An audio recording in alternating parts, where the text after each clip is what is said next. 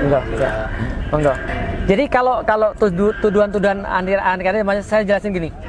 Oke, sekarang kita mau ngetes tentang Pancasila. Saya mau ngajarin antum tentang Pancasila dengan satu diskusi yang antum bisa bawa kemanapun. Jadi kalau antum dibilang anti Pancasila, antum langsung bilang aja, yuk kita diskusi yuk, siapa yang lebih paham tentang Pancasila, antum atau saya? Oke, coba lihat ya, gimana caranya. Jadi gini, Pancasila ada berapa sila? 5. 1. Tuhan Yang Maha Esa. 2. Adil dan beradab. Yang ketiga, Persatuan Indonesia. keempat, Kerakyatan yang dipimpin oleh hikmat kebesaran perwakilan. yang kelima, Keadilan sosial bagi seluruh rakyat Indonesia. yang paling panjang yang mana? 4. Oke, saya nggak bahas yang pendek-pendek, nggak level, yang panjang aja. Coba ya, kerakyatan yang dipimpin oleh hikmat kebijaksanaan. Oke, sampai di situ dulu. Hikmat kebijaksanaan. Sekarang saya mau nanya, hikmat itu bahasa apa? Bahasa Arab. Oke, ada nggak hikmat dalam arti bahasa Indonesia? Ada nggak hikmat dalam arti bahasa Indonesia? Buka KBBI, Kamus Besar Bahasa Indonesia, ketik kata hikmat, Anda akan lihat artinya adalah kebijaksanaan. Berarti arti hikmat adalah apa? Oke, sekarang artiin hikmat sebagai kebijaksanaan, baca ulang. Kerakyatan yang dipimpin oleh hikmat. Hikmatnya diartiin, kerakyatan yang dipimpin. Ngapain ulang 2 kali, saya tanya? Nggak mungkin ulama-ulama yang buat Pancasila itu redundant, ngulang 2 kali. Nggak. Al-Quran itu sangat detail. Dan yang baca terbiasa detail. Orang muslim itu terbiasa detail. Hati-hati ngomong dengan orang muslim, karena orang muslim itu terbiasa detail. Dia akan memperhatikan setiap kata itu benar. Contoh, hikmat kebijaksanaan. Nggak mungkin kebijaksanaan. Kenapa? Pasti ada maksud yang lain. Oke, kita coba lihat. Arti hikmat dalam bahasa Arab. Apa bahasa Arabnya hikmat? Wisdom dalam bahasa Inggris. Sama, kebijaksanaan juga. Berarti ada arti yang lain. Makanya para ulama pinternya adalah naruh passwordnya di kata-kata hikmat. Itu nggak mungkin bisa diartikan kalau orang nggak baca Al-Quran. Oke, coba lihat. Arti kata hikmat. Ada yang hafal surat Al-Jumu'ah ayat pertama? Sabbahalillahi mafis samawati wal ard. Bukan. Al-Malikul Quddus Azizul Hakim. Al-Malikul Quddus Azizul Hakim. Ada kata-kata Hakim. Hakim artinya adalah orang yang memiliki hikmah. Lihat baik-baik ya. Jangan bicara bahasa Indonesia dulu, karena hakim bahasa Indonesia beda. Kalau hakim bahasa Indonesia yang memutuskan perkara. Tapi ini bahasa Arab. Hakim adalah orang yang dikasih oleh Allah hikmah. Coba lihat baik-baik. Hikmah yang dikasih oleh Allah itu banyak orang dikasih hikmah. 1, Luqmanul Hakim dikasih hikmah. Yang kedua, Nabi Sulaiman dikasih hikmah. Makasih Pak. Yang ketiga, Nabi Muhammad dikasih hikmah. Dan hampir semua nabi-nabi yang lain, Yahya, Zakaria dan segala macam, dikasih hikmah oleh Allah. Kalau gitu hikmah itu apa? Hikmah adalah dalam Waalaikumsalam. Di dalam Islam, hikmah adalah menurut Al-Quran kemampuan yang diberikan oleh Allah Subhanahu wa Ta'ala kepada orang-orang tertentu untuk memutuskan satu perkara sesuai dengan Allah Subhanahu wa Ta'ala. Sampai di sini paham? Contoh, Sulaiman datang orang, cewek 2. Satu bilang ini anaknya, yang satu bilang ini anaknya, ibu-ibu. Maka kemudian Sulaiman bilang, dia tahu syariatnya. Tapi kalau dia terapkan syariat begitu saja, ini nggak akan beres masalahnya. Gitu kan ya? Syariatnya apa? Oke, kita bikin pengadilan. Datangkan bukti, datangkan bayinah dan segala macam. Tapi Sulaiman nggak buat begitu. Apa yang Sulaiman lakukan? Dia punya hikmah. Apa yang dia lakukan? Ya sudah, kalau gitu gini aja. Anak ini kita bagi 2, dibelah jadi 2. Ibu dapat setengah, ibu dapat setengah. Mau pilih mana, Bu? Atasnya atau bawahnya? Bawahnya atau atasnya? Atau sebelah kiri atau sebelah kanan? Gimana kira-kira? Ibu mau pilih yang mana? Salah satu ibu bilang, jangan. Saya nggak mau. Jangan. Daripada dibelah anak saya, kasih dia aja yang ngurus. Sulaiman bilang, ini anaknya orang ini. Kenapa? Dia punya rohim.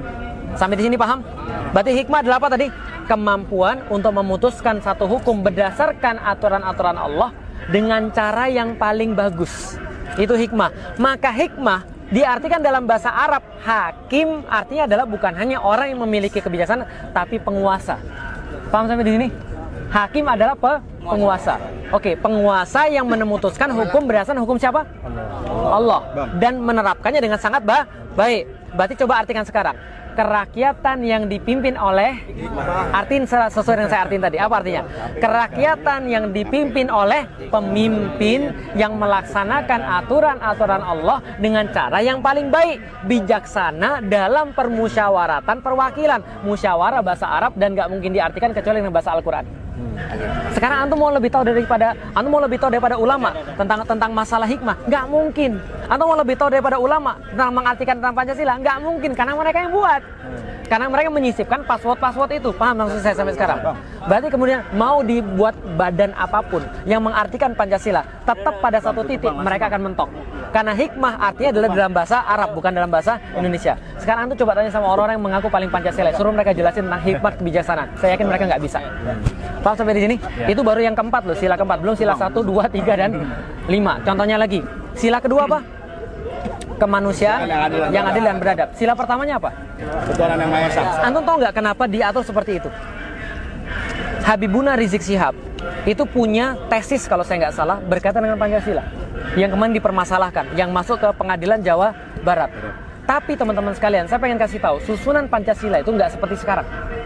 Susunan Pancasila itu dulu berbeda-beda. Contoh, mohon maaf, Soekarno itu menaruh ketuhanan yang Maha Esa sebagai yang terakhir. Itu yang dipermasalahkan dalam Habibuna Rizik Syihab. Itu kan karena diksi yang berbeda. Tapi dikasih yang terakhir.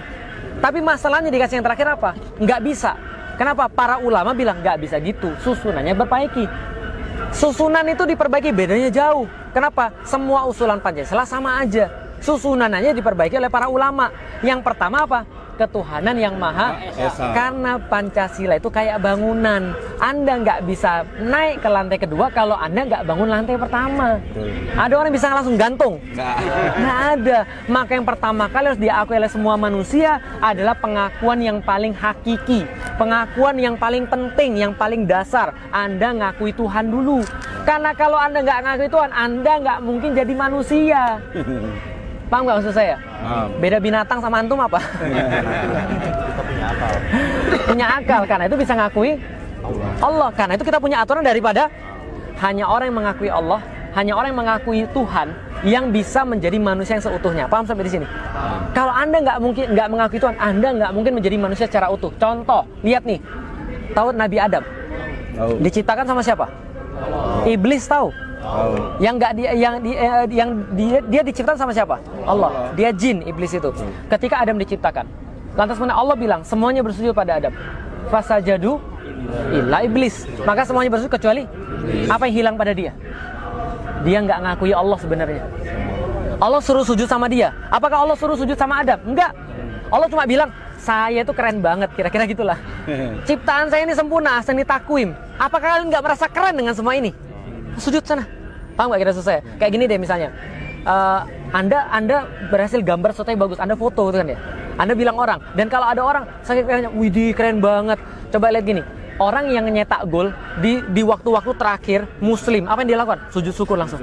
Orang tuh ketika mengalami sesuatu yang sangat gila nih, keren banget, dia pasti akan mau sujud. Kira-kira gitulah. Allah bilang, keren gak nih ciptaan saya? Harusnya kalian merasa keren dong, karena ini lebih keren semua daripada Anda semua. Lebih keren daripada jin, lebih keren daripada yang lain. Ini paling keren ini. Sujud dong. Yang Allah minta bukan sujud pada Adam, tapi hormati saya. Karena saya yang minta sujud. Iblis nggak mau. Iblis nggak mau. Yang nggak diakui adalah Allah sebenarnya. Ketika dia sudah nggak ngakui Allah, apalagi ngakui manusia. Ngapain saya sujud pada dia? Dia cuma dari tanah. Saya dari api. Padahal Allah sudah bilang, kami nggak hanya jadikan dia daripada tanah, tapi kami jadikan dia daripada tanah.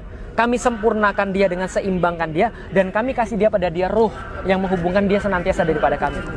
Paham nggak maksudnya? Artinya iblis pun bilang, gue itu udah lama kali. Tahu nggak cerita tentang iblis? Iblis tuh pas ruku, lama bertahun-tahun. Allah bilang tambah lagi sekian tahun, mau dia. Sujudnya tambah lagi sekian tahun, mau dia. Antum pernah nggak sujud bertahun-tahun? Nah, imam sebentar sujud sudah agak lama. Ya kan ya? Dia sudah suruh sujud bertahun-tahun, mau loh, nggak ada masalah. Tapi ketika manusia datang, dia nggak mengakui Allah, karena dia nggak mengakui manusia. Maka kalau ada orang nggak ngakui Allah, dia nggak mungkin ngakui manusia. Lihat PKI. PKI itu yang nggak diakui siapa? Tuhan. Maka dia ngelihat manusia tuh, manusia dipotong, disembeli, darahnya keluar. Itu sama aja kayak ngeliat ayam dipotong. Karena nggak pernah memanusiakan orang. Ingat baik-baik kata-kata saya. Kejahatan itu terjadi ketika antum sudah mulai tidak memanusiakan orang. Nggak usah bicara tentang agama dulu deh. Orang itu bisa jadi jahat kalau dia sudah tidak memanusiakan orang. Makanya cara orang untuk jahat pada orang-orang muslim di Suriah, di Rohingya adalah dengan tidak menganggap mereka manusia. Mereka tuh sama aja kayak binatang. Kayak monyet mereka itu, hitam. Dan kita ini adalah ras yang terpilih, mereka tuh monyet. Maka mereka bunuh manusia, itu kayak bunuh monyet. Paham gak kira saya? Perang salib.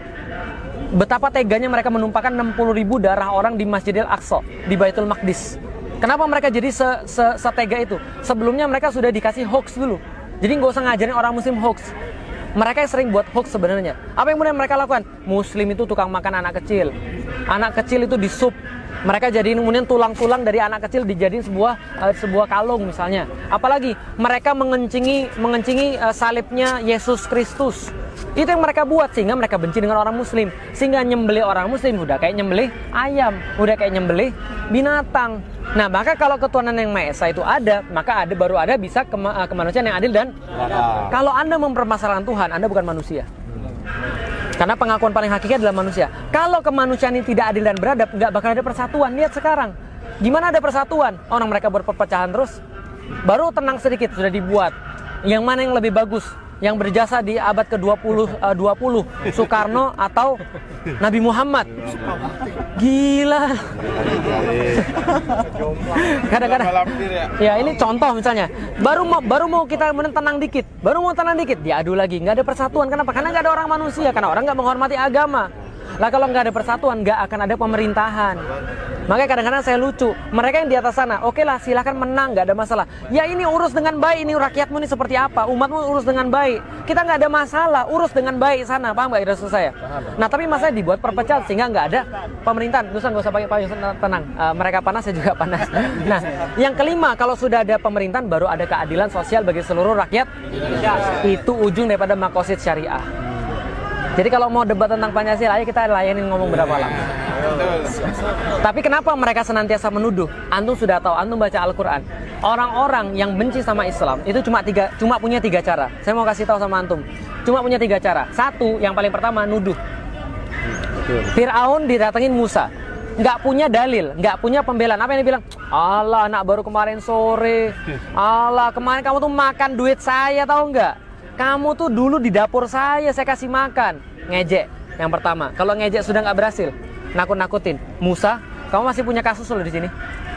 Hati-hati loh, kamu masih punya kasus loh. Kamu bisa dipenjara loh di sini. Hati-hati loh. Masih nggak berhasil yang kedua, yang ketiga, yang lain yang ditakut-takutin.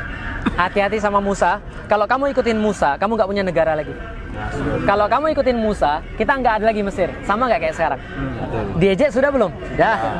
Ditakut-takutin sudah belum? Orang yang lain ditakut-takutin sudah belum? Berarti sebentar lagi belah lautan. Ya tinggal tunggu yang itu aja, gitu kan ya. Ya, silakan. Anak ke pos dulu ya. Ahlan Pak Haji, silakan Pak Haji, silakan. Insyaallah. Jazakallah khairan Bang Japar, makasih.